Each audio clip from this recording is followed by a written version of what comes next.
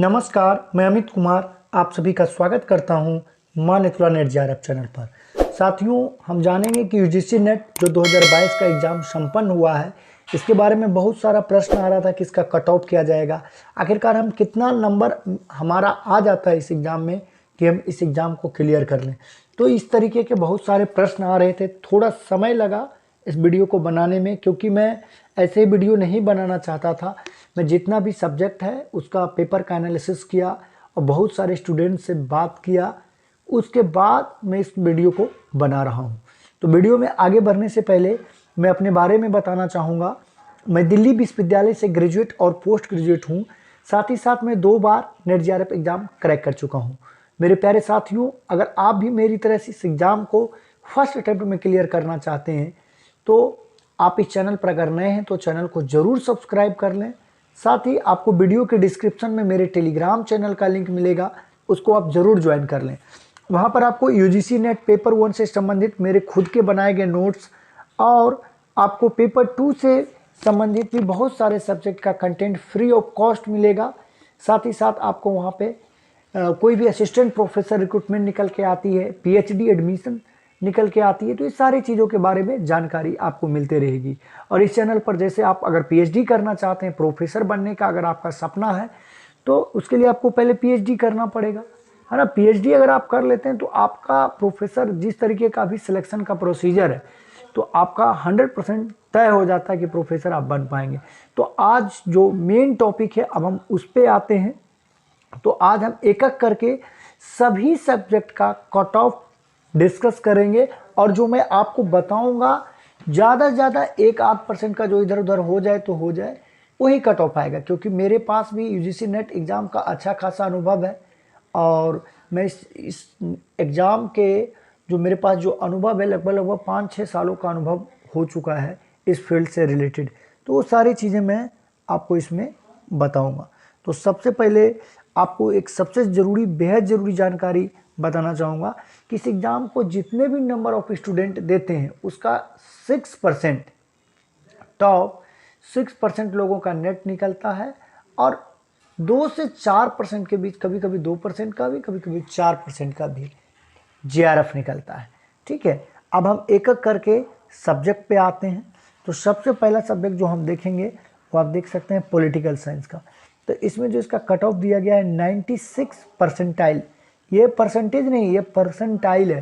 Percentile बताना चाहूँगा कि उस सब्जेक्ट में टॉप 96% जो लोग हैं उसके बारे में बात हो रही है।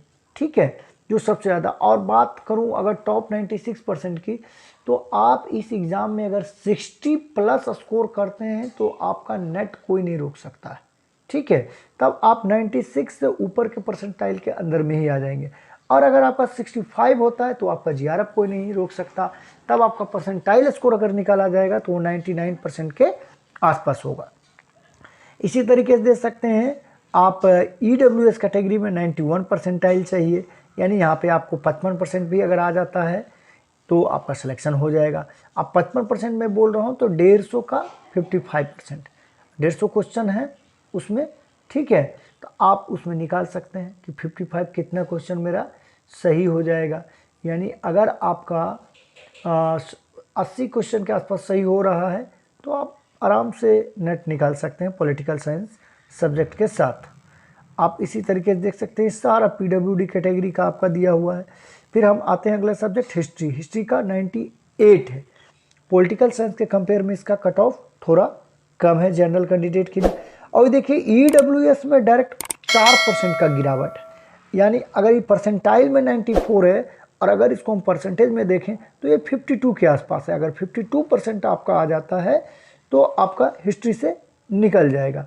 अब 52 बोलने का मतलब है 150 क्वेश्चन में, वही 70 से 80 के बीच में आपका क्वेश्चन, 70 से 150 क्वेश्चन में अगर आपका पेपर 1 और पेपर 2 मिला के 70 से 80 क्वेश्चन सही हो रहे हैं, आपका सिलेक्शन पक्का है, आपको कोई नहीं रोक सकता है।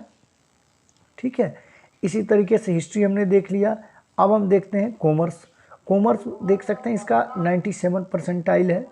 जनरल के लिए, ईडब्ल्यूएस के लिए 93 परसेंटाइल है। उसी तरीके से अब हम दूसरे सब्जेक्ट का देखते हैं, एजुकेशन है। ये 96% है। EWS के लिए मात्र 89% है। उसी तरीके से बंगाली का 98% है। ठीक है, आप देख सकते हैं। अलग अलग सब्जेक्ट का हिंदी का आप देखिए, हिंदी सब्जेक्ट का 96 परसेंटाइल है। अगर आपका 96 परसेंटाइल आ जाता है तो आपका नेट आराम से क्लियर हो जाएगा।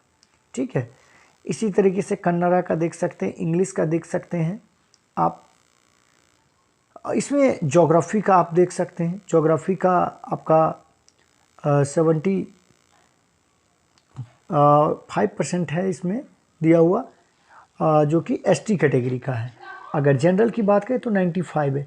तो कुल मिला के इस बार का भी मैं प्रश्न का लेवल देखा हूँ, लेवल थोड़ा सा टफ है इस बार का पिछले साल के कंपेयर में। और तो इस वजह से मुझे जहाँ तक लग रहा है, मेरा जो अनुभव कर रहा है कि पिछले साल के आसपास कट ऑफ जाएगा या पिछले साल से कम जा सकता है कट ऑफ साथियों। क्योंकि जैसा कि आप जानते हैं कि ये एग्ज़ाम ईयर में 2 बार होता था, साल में। अब 2 बार की जगह 2 साल में लगभग 1.5 साल में 1 बार हो रहा है ना। तो स्टूडेंट क्या होते हैं, इस एग्ज़ाम का जो प्रिपरेशन करते हैं वो फ्रस्ट्रेट हो जाते हैं, अब प्रिपरेशन छोड़ देते हैं, है ना। तो इस वजह से भी लेवल कंपटीशन का वो नहीं मिल पाता जब एग्ज़ाम लगातार होते रहता है। जब एग्ज़ाम लगातार होते रहता है तो कैंडिडेट तैयारी में भिड़े हुए रहते हैं। ठीक है, तो उससे क्या होता है, कंपटीशन बढ़ता है कि अच्छा चलो इस अटेम्प्ट में कुछ नंबर से रह गया, नेक्स्ट अटेम्प्ट में हो। लेकिन यहाँ एग्ज़ाम ही आपका जो है 1 साल 1.5 साल में हो रहा है ना।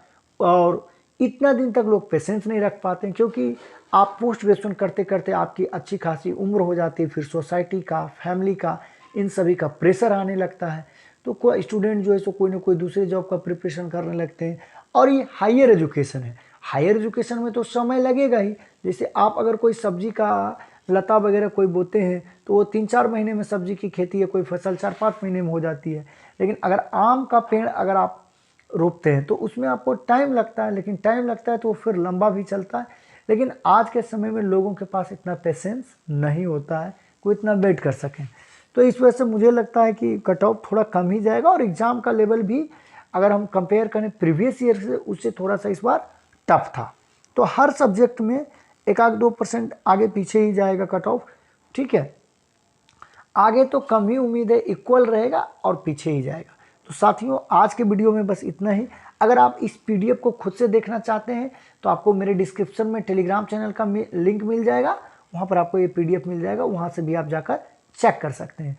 साथ ही साथ अगर आप PhD में एडमिशन लेना चाहते हैं, आप टॉपिक डिसाइड नहीं कर पा रहे हैं कि कौन से टॉपिक पे मैं PhD करूँ, सिनॉप्सिस बनाने में कोई समस्या आ रही है, तो आप ज़रूर कमेंट में लिखें, आपको पूरी सहायता यहाँ से मिलेगी। तो साथियों, आज की वीडियो में बस इतना ही। वीडियो देखने के लिए, अपना कीमती समय देने के लिए बहुत बहुत धन्यवाद।